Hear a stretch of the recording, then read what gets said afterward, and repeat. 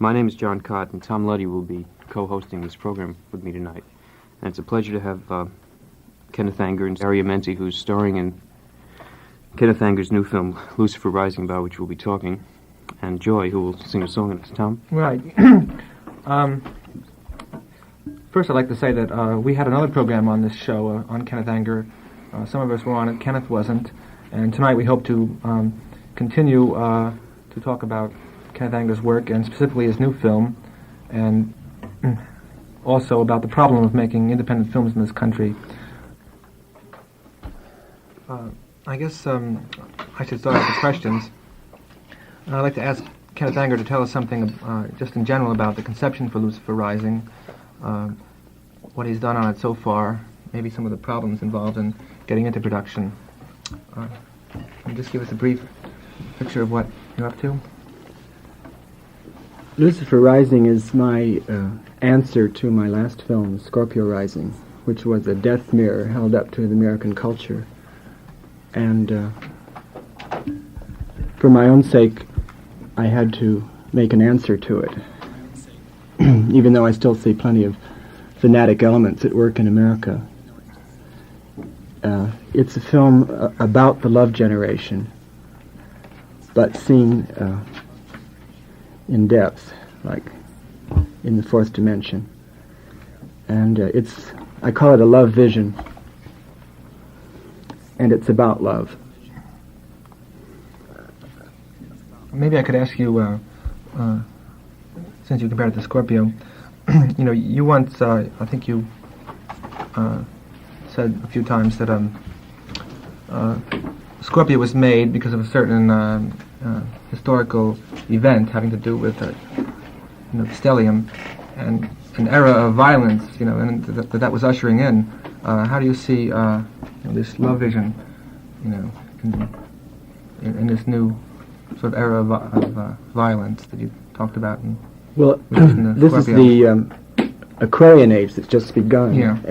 Actually, when I started Scorpio, it was at the time of the fall equinox of 62, and this was when this great stellium occurred. We're now in the Aquarian age, which has supplanted the Piscean age, which lasted for 2,600 years, which was identified generally with the Christian era. We're now in a new pagan era. In other words, my film tends to demonstrate and prophesy the rebirth of paganism. Have you started shooting it yet? I've begun, because I have to. I began with the spring equinox. I began shooting, and also I'm typecasting in my film. And one thing I found is that since my film is about demons, but love demons, I have to work fairly fast because they tend to come and go, like gypsies. Right. Well, in relation to this, could you tell us something about Gary, who's with us tonight, and his apparition for the film? Gary is one of these rare creatures that I consider to be an emanation of the fourth dimension. Astrologically, he's a Cancer with Cancer rising and all planets in Cancer, and this qualifies him as a pure demon. Right. Cancer is ruled by the planet Venus, for which the old Roman name is Lucifer. So he's my Lucifer, and I invoked him on a street corner on Broadway in North Beach, just like that. Because of him or the month of his birth? Excuse me? Because of him or the month of his birth? It just works out that way. Great. This is in your last film, in Scorpio. It found structure in your mind in terms of similar astrological and occult sort of sciences, and that's true. Well, it was right? typecasting. Yeah. The Scorpio in Scorpio, the main character for which Gary will be the counterpart, was a Scorpio, and Scorpio is a death trip, and in a sense, my films are psychodramas for some people, because Scorpio, Bruce Byron, the actor that played it, has since made his own death trip. And that was tune KKK, wasn't it? That there was a... Yes, I began a film with the help of a Ford grant on custom cars, and in that case, before I could finish it, my main actor was killed, and in a car accident. And, in this case, this is an example of magic blowing up in my face. Right. I think it had something to do with getting the grant from the Ford. Well, can you tell us how you got that? I didn't. It just came to me. But I would call this maybe gray magic. Gray magic. Yeah. And I've since decided that to take the position of the Dutch provost, that I'm anti-car. I don't drive myself. So. Right. What about the problem of raising the money necessary for a production like Lucifer, or in fact Scorpio, when the conception is in your head, you don't have a script to show a producer, and when It's very bugging, because I have income coming in from Scorpio, which is now playing in Greenwich Village and playing on the Sunset Strip, where it's been running for 6 weeks.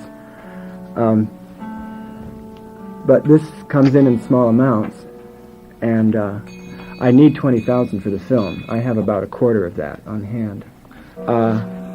I can be reached at the Embassy Studio, 1198 Fulton Street, San Francisco, and that's where I'm actually doing my filming. It's the old Russian embassy. Yeah. You're actually filming inside your house, aren't you? Yes, I've moved my main actors into the embassy with me, and the main room, which used to be the conference room, has turned out to be an excellent temple. And the fact that my film shows the emergence of magic and witchcraft in our present day makes this embassy room very suitable. And then we found in the attic of the embassy a seal of Solomon painted on the floor that must have been painted some years ago. It's nearly worn away. So we feel that it's sort of destined for magic. I thought, Tom, maybe we could come back to this. We hear one song from KKK, which was not finished, and then we come back, maybe talk more about this and discuss maybe some of the older films too, and the tape too. We'll have to get all the songs going. You identify the KKK? Custom Car Commandos. This is the song that you sent me, Yes. Kenneth. In fact, this is Dream Dream Lover? Lover with the Paris Sisters.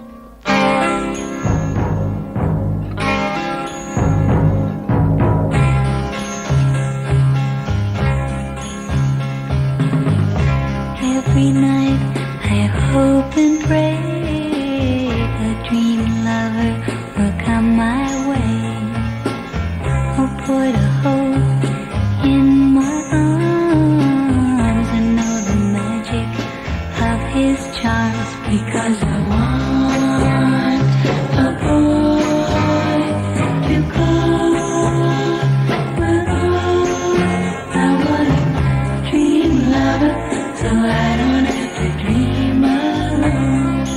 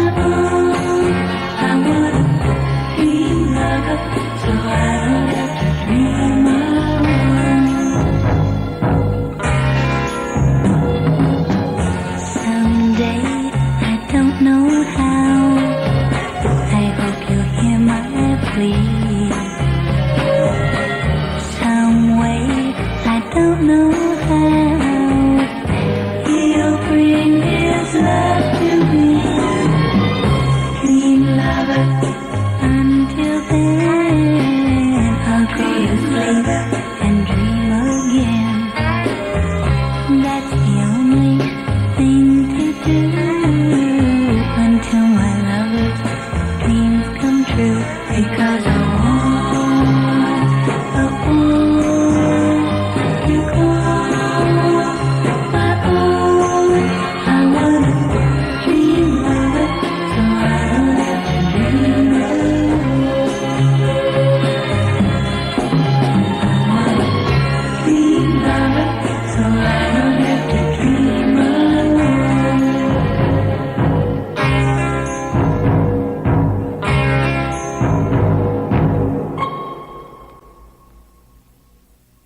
Susan Sontag will be leaving in a few minutes, so I did want to ask her to say something about Kenneth Anger's films, if possible. I know, what are you going to say particularly? I know you've seen them all a bunch of times, and I gather you like them, but what can I ask you what interests you in them, or would you rather... I'd like to say something about them because for me, Kenneth Anger is by far the most interesting American filmmaker around. In any category. I mean, one thing that makes me very mad is when people talk about underground films, which I don't think has any meaning or any use at all. It's just a journalist label. They're just films, and different people making films in different places. And so I think it's insulting to him that people often say, well, he's the best of the underground filmmakers in America. I think he's just the best filmmaker in America. Period. Wow. Alive, best living filmmaker. He's actually beside you. I don't know. Maybe D.W. Griffith was better than you. I don't know about that, but Who else is there, really, in America, Yeah. well, there's not much competition, Kenneth. So maybe you don't think it's such a good, such a good compliment after all. So then, if it's just what has happened to Kenneth's films in the last year or two is that one film has been seen by a lot of people, Scorpio Rising, whereas there are a number of other films. I've seen three other films a number of times, Fireworks, Waterworks, if I can call it that, Adelphi Feast, and the inauguration of the Pleasure Dome. And then he was just telling me before that there's a part of film, the KKK thing, and I know that he started other things like Story of O and several other things that he's Maldoror. and Maldoror, which Paris Tragedies are two films that I think very much need to be made, and probably he's the only person in the world who could make, except maybe Buñuel if he were 30 years younger, which he isn't, or 30 years ago, which he can't ever be. Can I ask you a sort of over-serious question? That is, that when you see the films, which seem to be quite different, do you see them in any particular unified way, or do you just see them as just one film, four complete films? Well, I think... Actually, you see what I'm driving. I'm just basically you mean saying... Is there some common thread or... No, I don't mean to ask, give you a thing to answer. I just like that, like the riddle. But is there something that interests you throughout these films as opposed to, one or two of them, let's say? Yeah, I think I'd be interested in anything that Kenneth Anger did, and I think that there are things that go from film to film, although I think for an artist, those are the less interesting things, the things that are alike from one piece of work to I mean, if I can also to speak out of my own experience, when I write something, I know that what interests me is the way it's different from the last thing I did or from anything else I did. And I get very annoyed when I feel that it's the same, or people point out the ways in which it's the same, although I know, leave it doesn't matter. Well, I know that's true also. So it's a little embarrassing in front of the person who made the things to say that there are the common things, because I'm sure that, as I say, the differentiating things are what's interesting and important and useful to him. But there's a certain kind of energy in his work that I don't see in most films. A certain pitch of emotion. Maybe it has to do with the thing that he talks about in terms of magic. But his work is always on something and very close to something, and at a kind of white heat. And it's the kind of energy that is in the films, I think, that I particularly like, as well as things that you could talk about if you could see them at the same time, plastic things and color things. He's interested in extreme situations, which seem to be the most the thing that that most people are interested in now because it's a very extreme time. Could And I- it seems as if anything that isn't about extreme things in this time is a lie. Could I interrupt you and put a question to you, Susan? Could you describe that energy of which you speak? Well, it's hard. It's hard to describe. It's a mix, I suppose. The way in which one might describe it would be in terms of emotions, but that's really just a paraphrase. I mean, things like euphoria and terror, and extreme grief and obsession and so on. Could I bring a They're couple of words- terms into play? In the opening, Kenneth spoke of Scorpio in terms of the love generation. No, Lucifer. Lucifer. Oh, excuse me. Wow. And then Tom came in with comments about Scorpio, in which he spoke of the era of violence.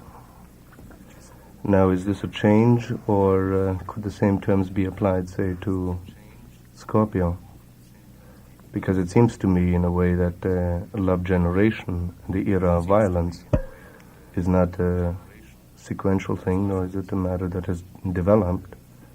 I find that both terms are applicable, say, to Scorpio, where the love is in play in one way, and the violence is simultaneous with it.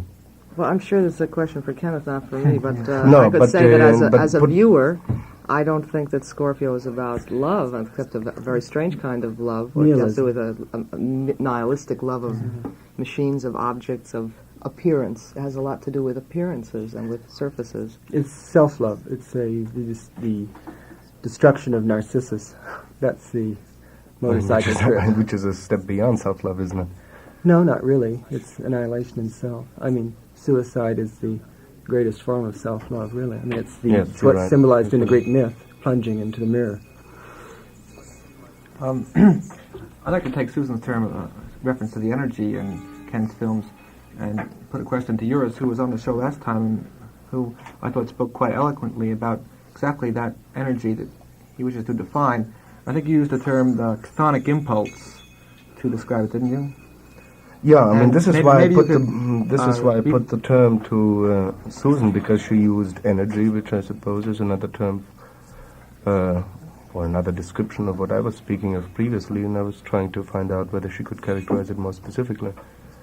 When I said chthonic impulse, that's as neutral as anything, and it speaks of energy in the same way.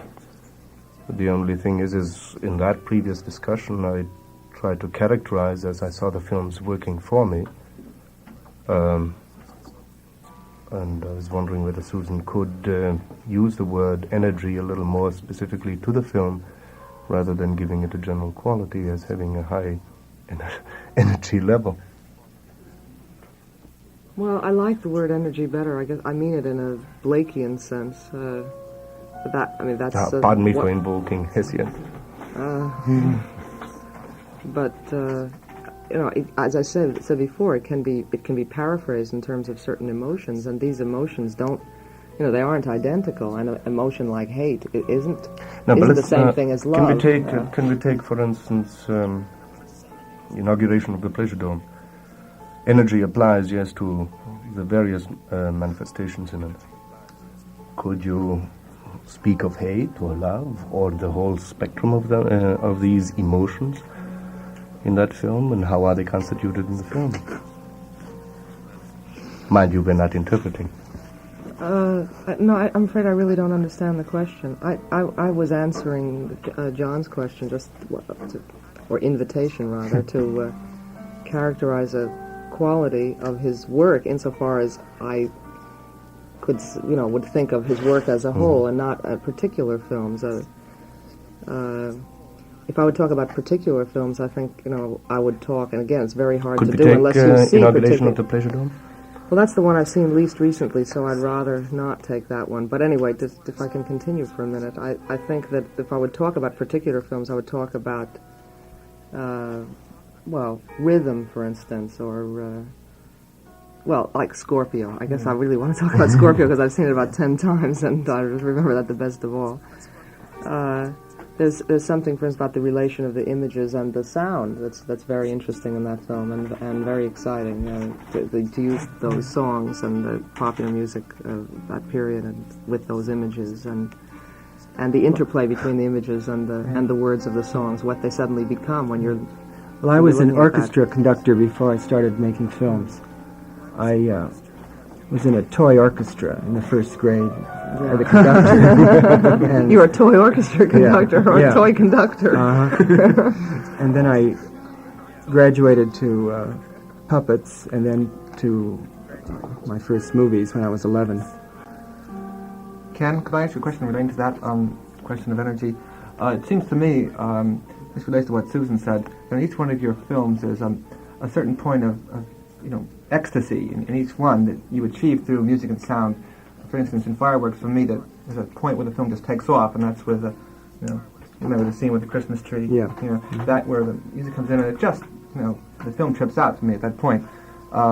In Oh Dark Peace, I think it's, for me, when the close-ups start with the faces of the water demons, and in Pleasure Dome with the masks, that type of ecstasy. And in Scorpio, I think it would be more subjective for most people, but for me, there's a certain point, when the music comes on, the motorbikes are going around, and they start with the flags. Do you Yes. attempt a sort of conscious exaltation, Yes, ecstatic moment in each one of your films, and how does this relate to the way you work in the film? I mean, I know you work very energetically and stay up Well, days on end. Yeah, How conscious? I is don't all want that? to sound pretentious, but I consider myself a magician. And each film, film is my magic weapon. In each case, I'm invoking. And for instance, in Fireworks, I'm invoking the god Thor, god of thunder. And it begins with thunder. It's the first effect. And at the point you described, the god he appears. And Can we go through your other films and see how close I came to the... well, you've instinctively got the moment when the ritual opens up like a flower. Yeah, but I don't know what happened. I don't know what happened, who was invoked in Scorpio at that point. I know something happened because, the film just went into another dimension, at that point with the flag and the music's going, Yeah. You know the point I mean. Well, Who that's appeared then? If you can ask it that way, or... Well, what did I see? that's the signal for the legions of demons to come in, and the race is the destructive demons, which are wiping out Christianity. And perhaps I should just point out that I'm a You're not a Christian. card-carrying Crowleyite. In other words, a pagan. Excuse me, Ken. I think, we could go around the tarot deck. Or how does one go? Doesn't go around it, one goes through it, right? Through it, yeah. Through it. And I don't wish to sound cruel or in any way to unmask or anything like that, but did you conceive of the film at that time in those terms as you speak of it now? Which film? Scorpio, say, or even earlier Fireworks. Always. Yes? There always has been, It's a revelation to me. there's always been this behind it. But did you speak of it that way in those days? It's quite some I time haven't ago. spoken about it too much before now. Is there a Right. reason why you speak a little more about your films now? Yes, because Lucifer Rising is the film I've been working towards for the last 20 years. And I decided to lay my cards on the table. I'm putting everything I have in it, spiritually. Does that also mean you re-invoke the films that precede now Lucifer? It'll have elements of all my former films in it, in some form or other. To love? To love? To Yes. love them? Yes. Can't we love anything new? It'll appear. The thing that you are to love. I see. Let me ask you another question. In Scorpio, I acknowledge that there were all these magical things going on, and it was structured according to, it was made because of the stellium and structured according to certain magical things. But nevertheless, there were many themes in that film that didn't require any knowledge of magic to appreciate. The totemism of the bolts, and the study of those who follow, whether they're Hell's Angels or Christians, and the death that ends the film, the red light and everything. All these were insights, even almost political insights in some cases. Will your new film Lucifer have that clarity on non-magical themes and that? But everything you mentioned, as far as I'm concerned, are magical manifestations. Well, will they be transmitted in the film directly as they are or without the magical symbolism that you're bringing into Lucifer a little bit? I think you're using tarot cards, you're shooting tarot cards, and you're having a literal magical level more in Lucifer than in the other films, isn't that right? Yes, in Lucifer I'm declaring things openly that have been hinted at in my former films. But such things as in Scorpio, the emblems and chains and amulets and so forth that are worn by the motorcyclists will be shown in members of the love generation to go one step further. In other words, people are becoming more conscious of the magical significance of things like wearing keys of life, and I'm speaking of what people call hippies and so forth. John wants to. Yeah, I wanted to ask Susan one more thing relating to what Kenneth was just saying in the details he was giving, and that just to come back to the energy thing for a minute. But to be more specific about it, it's obvious, or it seems fairly obvious, that this mythic aspect or magical aspect, whatever you want to call it, of the films, emblematic aspect, anything you want, is of great importance. And I just wondered, it would seem simple-mindedly that in the process, I'm asking about the process of an emblem, let's say, or the process of creating emblems, that you do something with energy, which is, you could say simple-mindedly, would be to delimit it or to contain it in some particular way, and yet the result of the films finally still is the energy you're talking about. And I just wondered how you would see below the energy level to the energy that creates these processes, which would, contain this energy itself. Maybe I'm being too self-defining, but. Well, if you look at the films in another way, that is in a more analytic way, which perhaps is necessary, you find not only careful construction in terms of technical things, but also very planned things that's on a symbolic level too. And this would tend to bring the energy onto withdraw it, let's say. Yeah. Well, I really can just say for myself that I don't see Kenneth's films the way he sees them, and I don't think that's important, or that what matters is that they're there. What his experience of them and of his own being as he makes them is one thing, and what then they are or can be for people could be quite different. And I think that you don't have to know about him as a person or have his notes, so to speak, to the thing to have a great deal from them. And so I maybe look at them in a more formal way than he might, but that they work. I mean, of that I'm absolutely convinced, that they do work in that way, and that one doesn't have to see them as some kind of code. I don't think he means them to be seen in that way.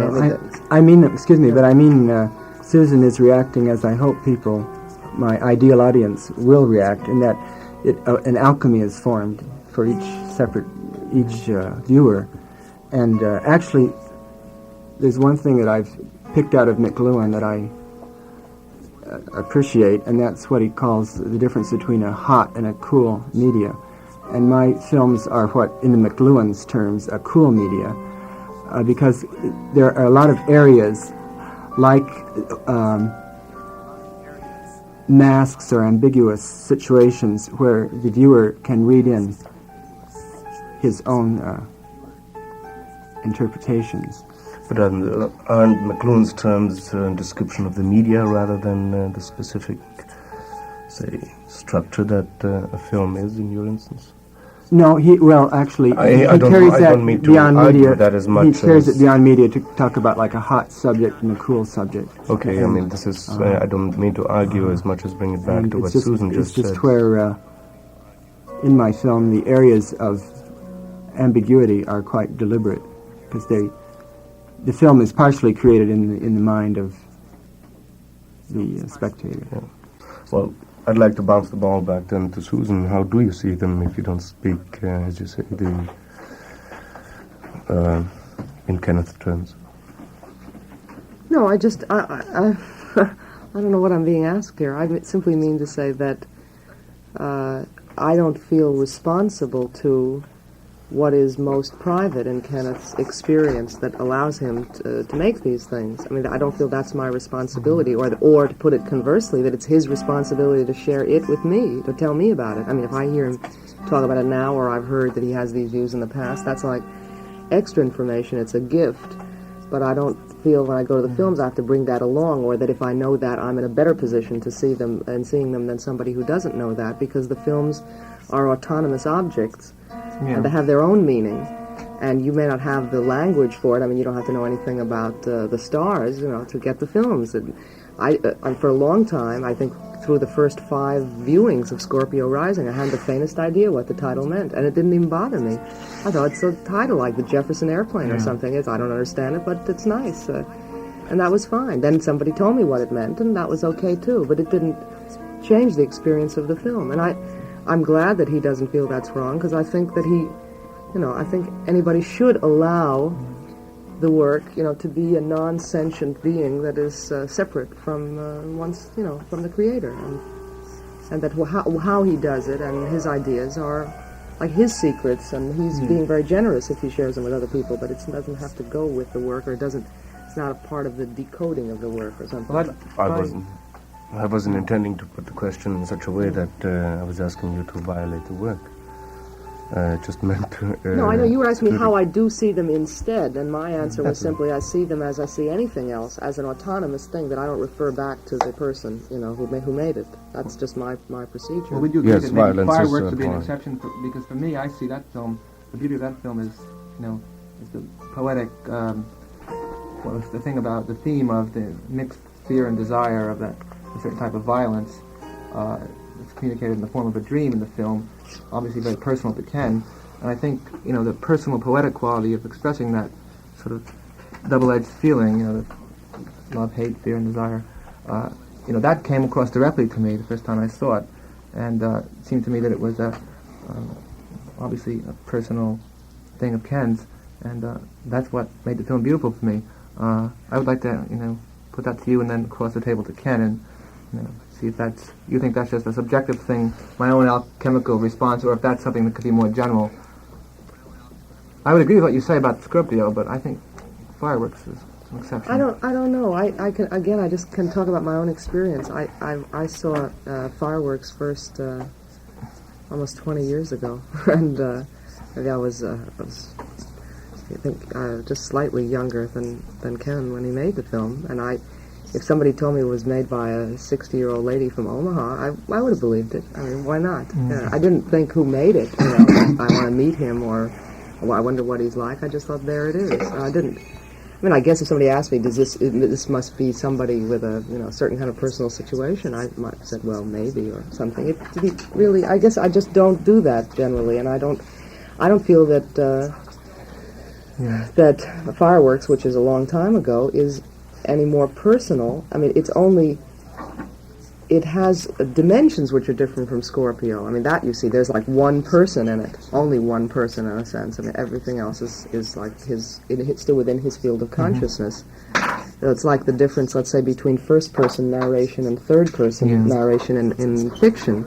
That's a first-person film, not in the sense that it's more personal, but that it's told, so to speak, in the first person, whereas Scorpio there isn't a central consciousness in the film itself telling it, but the things are all out there. And that you see, but but you see it as an autonomous thing within the work. I mean, it's not really anybody's business. Wouldn't you say there's signs of the third person in Fireworks as well? I mean, after seeing it a few times, the humor of it finally becomes the objective way of viewing certain events in it, as well as the thinker, which miraculously recovers, which makes it comment certainly on, in a more detached way than the first person thing would lead you to believe. I don't see the humor in Fireworks. Maybe this is the proof of the subjectivity of the response. But it's true, of course, that I have certain, as I saw it again and again, I certainly had different reactions from the first time. I mean, I got very involved in Respighi, for instance, after a while. And I've never been able to hear that again without just seeing the film in my head. Pines of Rome, wasn't it, that you used as the score? I got involved in more formal or abstract elements of the film. But it never lost a very big emotional charge for me. I think has nothing like what you describe. I mean, nothing I call humor. The other thing I wanted to finally just come back to this once more, and that is just the energy thing again, and that is that I'm I agree completely with the final result of the thing, and yet objectively looking at it, you do find that in almost all the films, I think in every one of them, the energy is the subject in a certain sense, and that the control of the energy is very much what the film seems to be about. And I'm using very, false distinctions in the language I'm using, like about and so on. But, motorcyclists, the energy is how they control it, exactly. It's a paradoxical thing, and every one of those films, the peyote ritual, is again a control of an energy which is just phenomenal. And the film itself technically shows how you control this thing. But I just wondered whether you felt this was a fair way of looking at the films. No. Aside from saying that you get energy from them, the fact is that they're also about that energy. That's when I used the word before. I meant that they're about that energy, and that there's an energy. I mean, that the rhythm of the film, has a certain high energy quality that you don't often see. I was thinking of a particular detail that interests me very much. That Kenneth's films don't have dialogue. And for me, this creates, I mean, it's not that I'd like to see all films like that, but in his films, this creates is a tremendous heightening thing. I mean, it seems that any kind of talking, just conversation, would be a drop in the, I think but it's when it becomes verbal, right?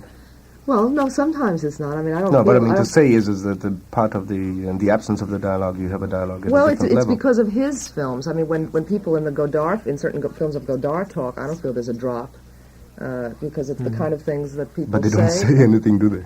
I think they say very important things. Verbally? Verbally, yes. Right. That's, to me, one of the most interesting things about Godard's films are precisely what people actually say.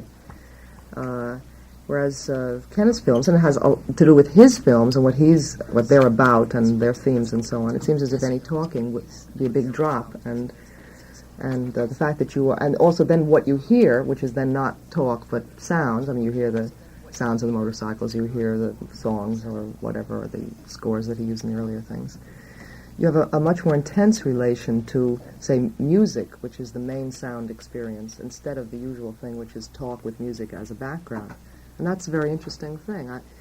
I'm sure it's not just because it involves certain problems, including money, to do dialogue that he's done his films in this way. But the kind of thing that he is representing, to use that tired metaphor, showing or dealing with, it is not verbal, and that's what's interesting also about the film.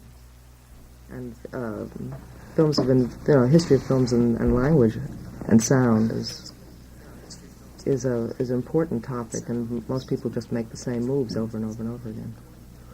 Right now, Joy is going to sing a song was written for Lucifer Rising, and maybe Ken could tell us something about the song or conception or what he's going to do with it or something. Anything they need to know. I think we'll let Joy sing the song.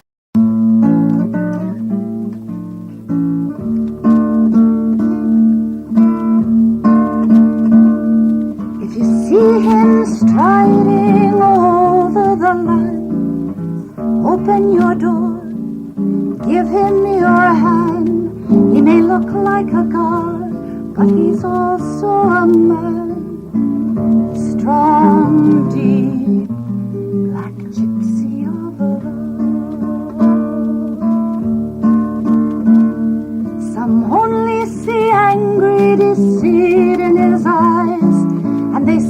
he's the devil dressed up in disguise, and his anger will kill you some night by surprise.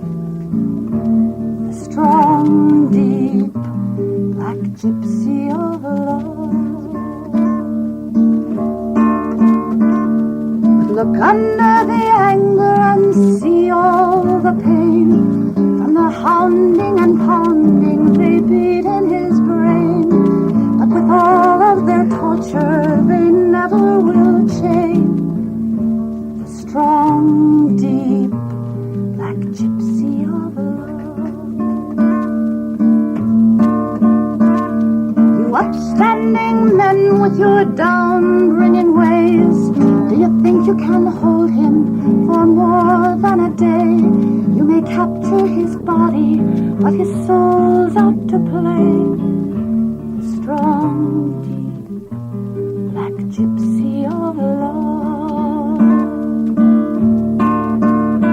And deep under the pain in the center of night, if you go through the black, he's an angel in white, and the love in his soul is a pure stream of light. Strong, deep, black gypsy of love. So don't be afraid. Look deep in his eyes, and you can't escape all the love in your heart that he can create. Strong, deep, black gypsy of love. So if you see him striding over the land, open your door, give him your hand, and maybe you'll see the God in the man. Strong, deep, black gypsy of love.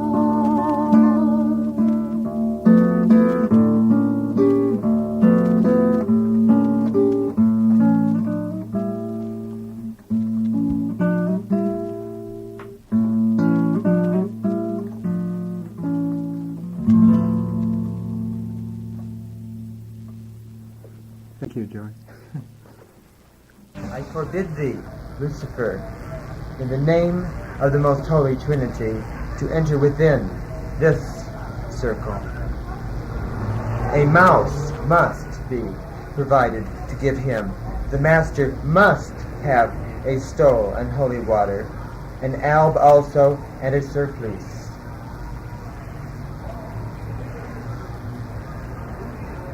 He must recite the conjuration in a lively manner, conducting sharply and shortly, as the Lord would address his servant, with all kinds of menaces. Satan, Rantam, Palantre, Utayas, Korikakoem,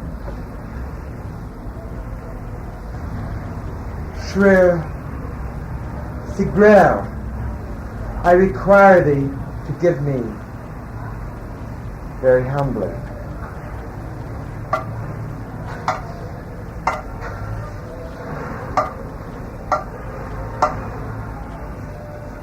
conjuration. I conjure thee, Lucifer, by the living God, that the true God, by the holy God, who spake and all was made, who commanded and all things were created and made, I conjure thee by the ineffable name of God, On, Alpha and Omega, Eloi, Elohim, Yah, Sadeh, Lux, Mugayens, Rex, Salus, Adonai, Emmanuel, Messiah, and I adjure, conjure, and exercise thee by the names which are declared under the letters V, C, X, and also by the names Jehovah, Sol, agla,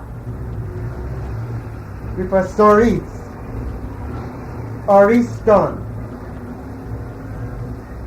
Orthitna, Paton, Ipretu, Ogaya, Spiriton, Imagon, Amul, Penaton, Soter, Tetragrammaton.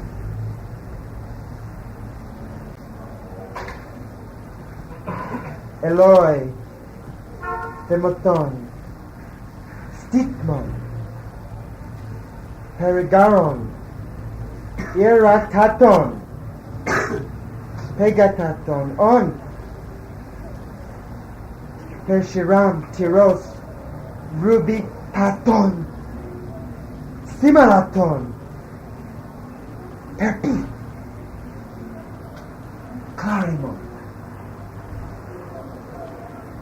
Raymondum, Mary, and by the most high and ineffable names of God, Gali, and Ga, El.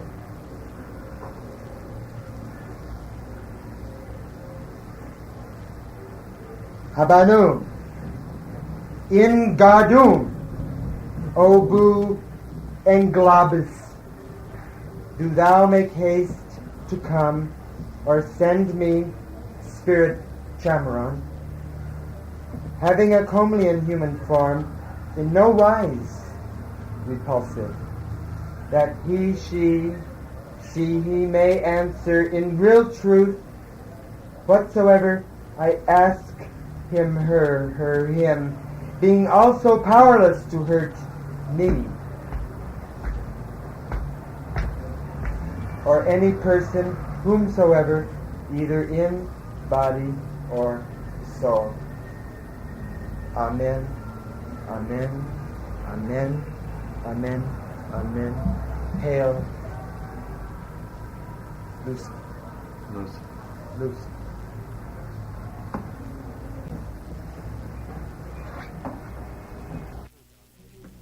You just heard, I guess, an invocation by Kenneth Anger for Lucifer Rising.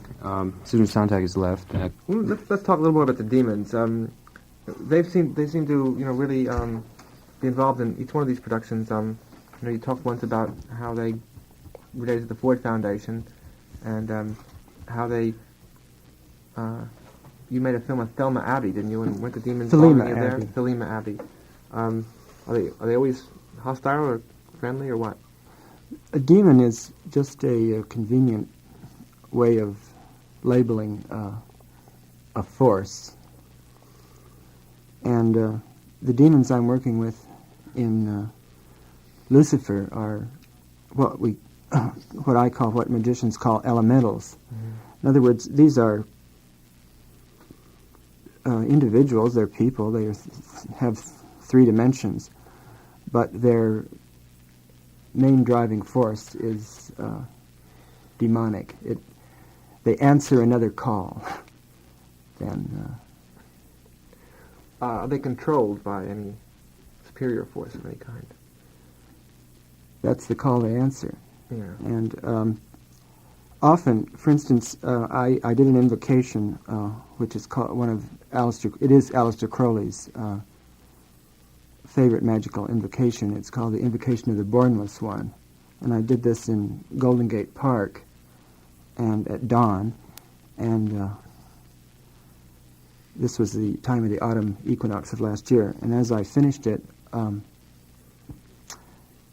demon appeared in a flash of blue light. Now, the flash of blue light was a ray of sunlight hitting a locket made of a butterfly wing around the neck of an escapee from Napa. And I had this demon named Joe under my control for 3 days before he split. And he was present while the recording you heard with the music played by Michael McClure of An Invocation to Lucifer. He was present at that session. And then he disappeared, leaving his boots behind.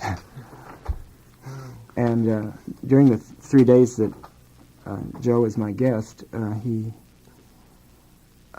told me a great deal that will appear in Lucifer. For instance, he had on the back of his jacket a demon drawn, that he'd drawn himself, with a torso with two heads, one male and one female. And I asked him what this was, and he said, well, I'm a man in a woman's orbit. And he had developed this theory about orbitism, which is his own ideas about karma, reincarnation, and so forth. And this is from someone that's completely unlettered. He was a merchant seaman who flipped out, and half Irish, half Syrian, 23 years old. But he disappeared, and he said he'd been sent by Lucifer. And while he was with me, I signed a contract in blood with Lucifer, and Joe disappeared with it. So, in other words, he behaves exactly like demons do in the medieval books. And I've met others since, and the problem is to zap them or film them as before they get away. That sounds like the problem of that brings me, somehow to flying saucers, before they go away. Mm-hmm. That's another idea of yours. Is there any? Was that a connection in my mind random, or is there any demonological thing with flying saucers? I mean, why are you interested in flying saucers? Well, the occult organization that I belong to, which is called Thelema, which is founded by Aleister Crowley, believes that the saucers are part of this fourth dimensional world. Is that what could be called another astral plane, or is that the wrong terminology? Yes, you could call it the astral plane.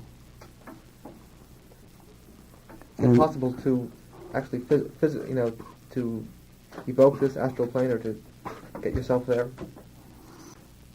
Yes, it's called astral projection.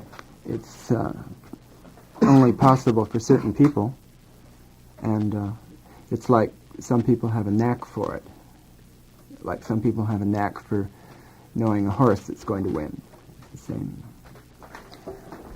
John? What does the love generation, which is, Lucifer Rising is going to be sort of concerned with them, what's the love generation know about this orbiting thing or about the astral ideas, even if they don't know about it? I mean, do they embody it in some way, or is this something different? I think they definitely embody it. And the things, they're acting as mediums, and the thing I see coming out is, for instance, a great interest in, a revival of interest in astrology.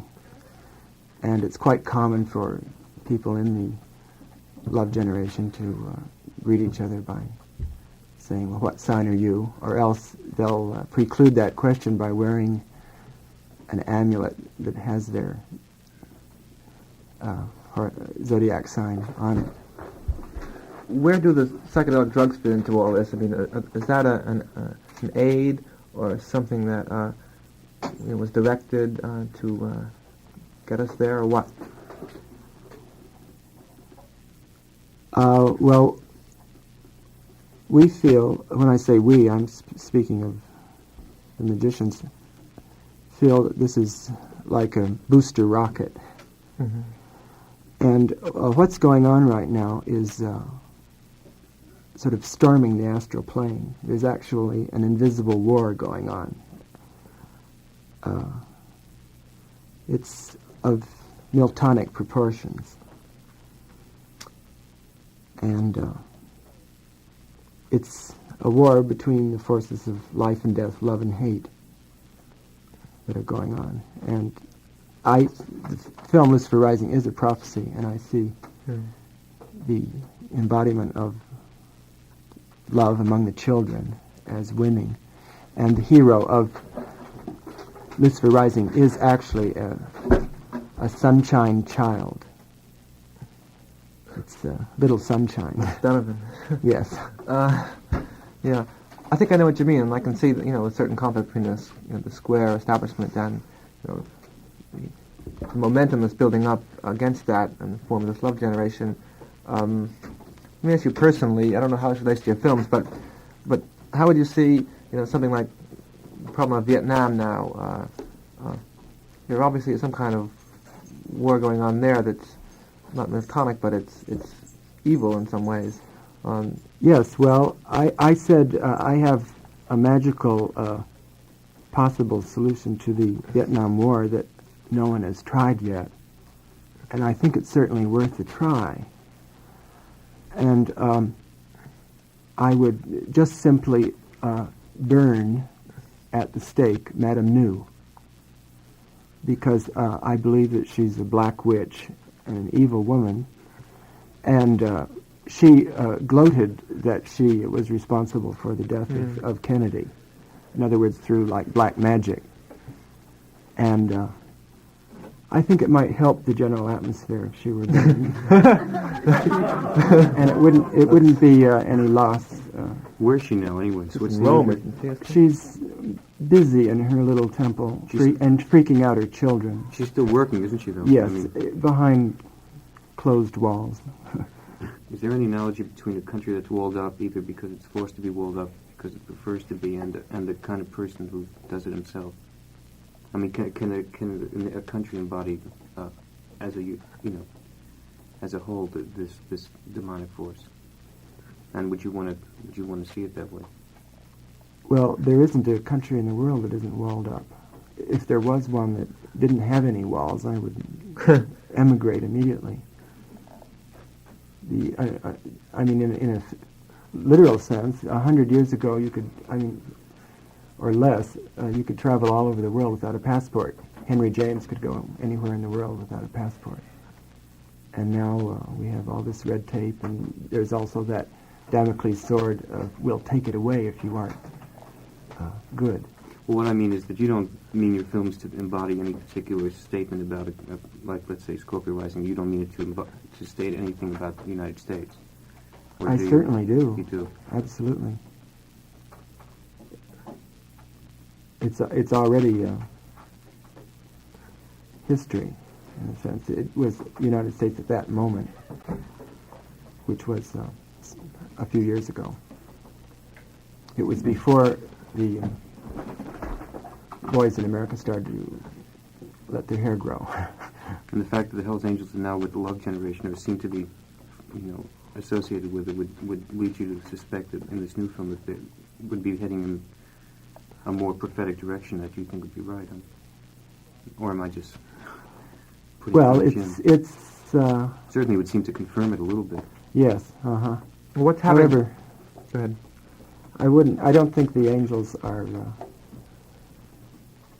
they're being won over to some degree, but they still like a rumble. Yeah, I was going to say, I was going to ask how permanent is this, because until they've abandoned all the fetishes that you have the insight to see as expressions of certain death, even Nazi inclinations, until they've really rid themselves of these things, can they really be in the Love Generation? Do these things tie them to a kind of death force, do you think, or what? You know what I mean? I mean, can a Hell's Angel, as defined as someone who is, where they are with all the death fetishes, can a Hell's Angel, by definition, be in the Love Generation? You would have to not be a Hell's Angel if you were, is my point. Well, they can become more angelic, less demonic. They can also not stomp people. Would they lose their identity as Hell's Angels? I'll tell you how the Hells Angels have worked themselves into the Love Generation. in certain cases, they've become like guardians. And for instance, at the Bean, they were guarding the sound equipment, and someone tried to sabotage it, and there was a slight mixing of fists and boots and so forth. And actually, they were allowed to manifest a certain power, and it was for a good cause. What does the love generation, how does it deal with, how are you going to deal with the violence that I'd assume that you'd think would be, violence maybe is the wrong word, energy. Anyway, let's say violence because it's stronger than energy. How does the love generation embody this violence? I mean, where does it go, assuming that it's you might think, maybe you don't even believe this, but that it is a reality of the way people seem to act, or that certain insights always lead to kind of demonic and therefore, I would say, violent energy. Well, you see, I don't consider, first just let me say that demonic is necessarily bad. I mean, demonic is one kind of force. And to me, eros is a demon. And love is a very violent thing. That's what I intend to show in my film, Lucifer Rising. I call it a love vision or a love trip. But I intend to show the violence as well as the tenderness of love. That's what I wanted to know whether the idea was just going to be simply a passive kind of thing. I guess not. Oh, no, not at all. What is your attitude towards the Oriental leanings of the sort of love generation? Say, Leary as preaching of nirvana, and the Eastern thing. Do you think they're alien to what's happening, and they're just, Well, America I'm introduced personally as alien element or unnatural? I'm personally leery of Leary. But there is a tremendous surge of dissatisfaction with the Puritan Christian values of America, which have been, the kids just aren't accepting anymore. Right. And it's, as a pagan, I see the churches literally bending over backwards to try to seduce or snare the youth back to them. And I also see this not working. Right. Well, let me ask the question this way. You've got a button that says "Bring Back Paganism" that Charlie gave you. You can see certain elements of neo-paganism in the love generation. But you can also see certain strands of sort of Zen and Eastern passive type of pantheistic love. And to me, these are different things. One, is kind of positive resurgence of a kind of paganism. The other is, a more Oriental thing. And some people are one way and some the other. Which do you think is winning out? Well, paganism is the magic path, which is the outward directed, and the Eastern things that you mentioned is the mystic path, which is an inward directed thing. Can it be reconciled in one person, saying? I think it's necessary to choose between them. Right, because someone who's making the Eastern scene wouldn't, drugs would be an impurity, right? They can do it themselves. Well, the East takes in an awful lot, and he also takes in use of drugs in some cases. But such things as fasting is technically a use of a drug. Right, You're altering your body chemistry. Kenneth, in the culture of ours, it seems to have thrived and almost attempted to destroy magic. What do you think the hippies are trying to reinstill magic in the culture? And the broader question, what's the role of magic in a society? it's happening through them. In other words, I don't have to explain these things to them. I'm speaking in very general terms because they just accept it. And it's something that maybe they've got through to because they've turned on. In other words, maybe they've seen this, seen around the corner, which is what is the first step. It's like Alice through the looking glass. And you think they're, in a sense, are they conscious of the emblems they wear and what they signify in terms of, the Their mediums acting is- or the totems that they, totemistic kind of paraphernalia? Are they conscious of those? Have they chosen those deliberately, or have they been forced? They're like children in the sense that when they discover the right things. And because a child's universe is totally magical until this is murdered by society. And such things as the public school system in California are murderers of the imagination and the magic essence of I agree. children. And there comes a child can quite freely express himself in painting in different forms, and then a great inhibition falls over him when he's put into the social group. And I'll also say that I don't regret the passing of at all of Walt Disney, because we magicians always considered him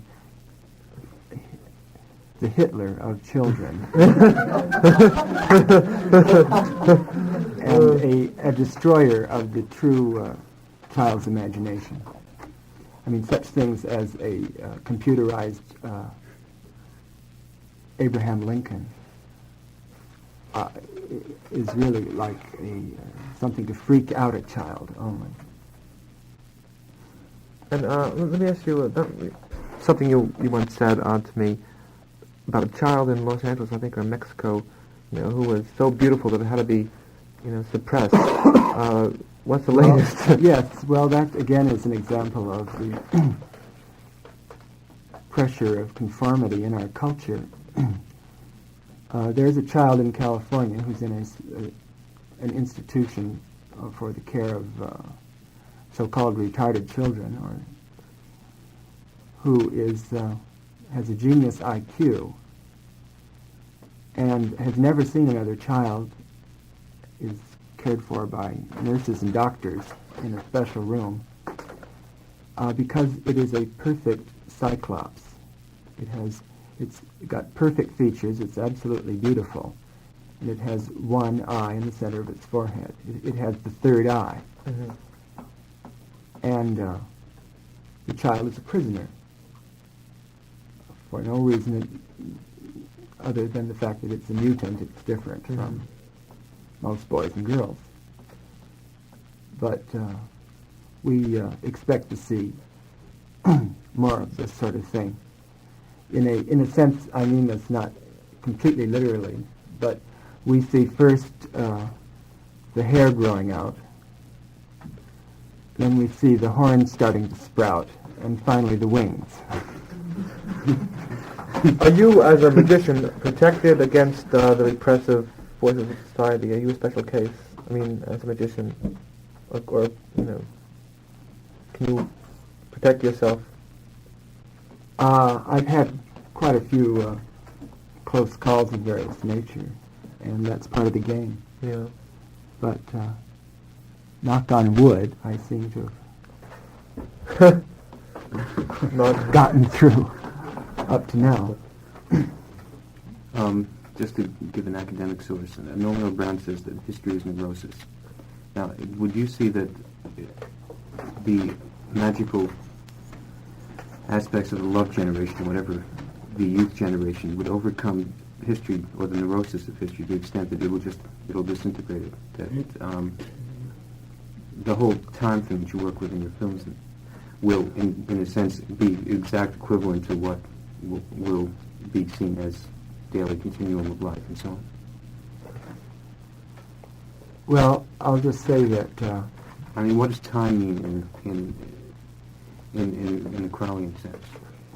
To change, but maybe that's I've brought into questions that can't be answered in a brief time. But well, we don't see history as a neurosis. We see it as great cycles of death and rebirth. And a lot of the phenomenon that make up history books we consider quite unimportant. There's an invisible history that is the spiritual history of the evolution of man. And is that coming out now more than it was, or is this something that's always hidden? It's always coming out. John, perhaps I think that McLuhan talks of schizophrenia as being a consequence of literacy, talking about the passivity of symbol recognition. But Kenneth talks about his film being a cool medium, where you have to do filling in. The cool medium are more tactile, are more auditory than the hot medium, which are visual and passive. And it's another way where magic requires you to touch.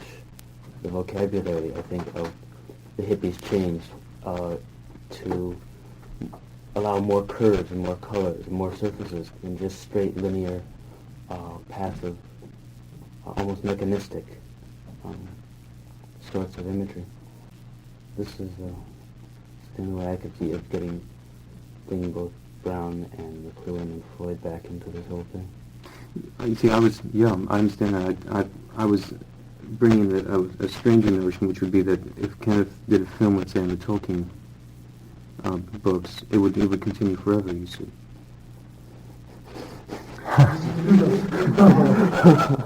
Which would embody what I was asking about in terms of the hidden, what you call the hidden history. Well, hopefully it would invoke Middle Earth. And it would simply manifest, which would be for me a pleasing mutation. See, what I'm suggesting is that your films will continue to be more and more interesting and powerful as they come closer and closer to, getting to what you call Middle Earth. I mean, is this what you're in fact aiming at, or is this something you think is just going to happen anyway, or is this just not what you're doing at all? I'm just helping along in this one way, if I can. Rosemary, did you want to ask anything? No. I think Henry did. We have with us Henry Wacko, who his book should be coming out in English pretty soon with an introduction by Neruda. Henry is one of South America's greatest poets. And you wanted to ask and also a filmmaker. Yes.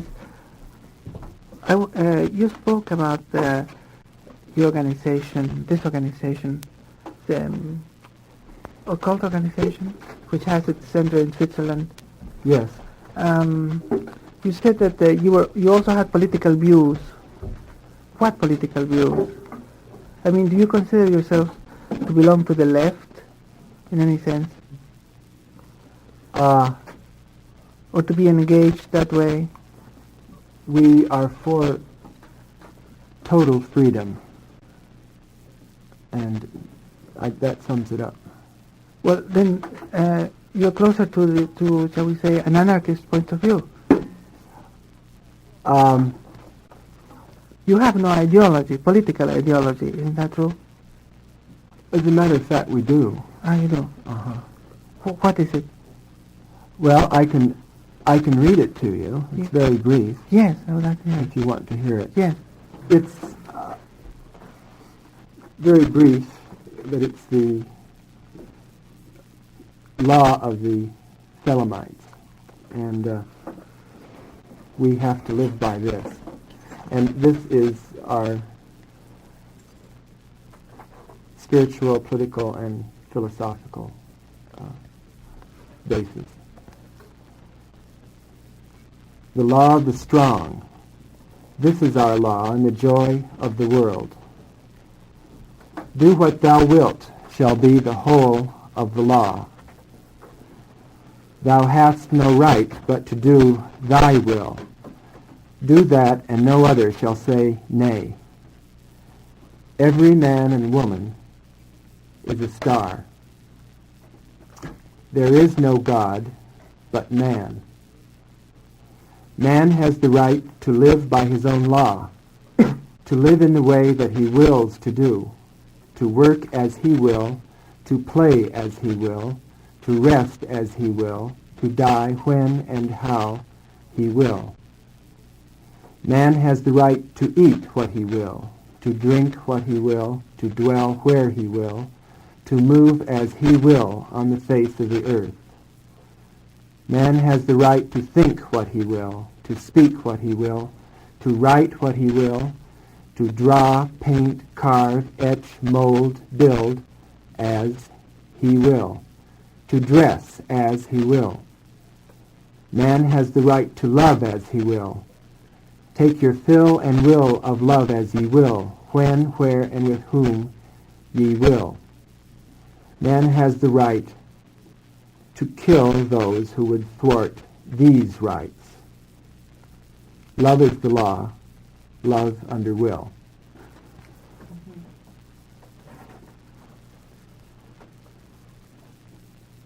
So that sums up Crowley. That was written by Crowley? Yes. Anyone here want to ask any more questions? Or? Yeah, I just had one question. This next film is going to be about Lucifer rising. Right? Yes. To say, speak about any subject, you have to preclude, say, the notion of its opposite. Well, what would be the opposite of a Lucifer rising? Lucifer is the demon angel of light. It means literally the bringer of light. And its opposite would be the Christian concept of Lucifer as a devil. Because I see Lucifer as the god of beauty and joy. And literally the opposite would be Christ. Yes, because to us Christ was a demon of darkness in his manifestation. And Lucifer rising is the first breaking of the dawn of the new pagan era. Well, how does Christian terminology turn the concept or notion of a Lucifer rising and the bringer of light into a notion of darkness or demonic force or evil, the notion of Lucifer? Well, Nietzsche said that Christianity gave Eros the poison cup. Eros did not die, but turned into a monster. And Christianity took the pagan nature god Pan, with his beautiful horns and his cloven hoofs, with which he danced over the hills of Arcady, and turned him into a bogeyman. Is Pan a co-mate of Lucifer rising? Oh, yes. Yeah. Buddies. Buddies. But Lucifer rising lives in sunlight. His home is in the sun, and he's a great, beautiful face with great, beautiful. He's a lion man with great, beautiful eyes. He's also a lion man, woman, boy, girl, child, angel, demon. He's all of that. He, she, God, goddess. Is he a Leo? Definitely. Well, thanks very much, Ken, for coming up. This program is from the Pacifica Radio Archive. For more information, or to get copies, call Pacifica, area code 818-506-1077, or write to Post Office Box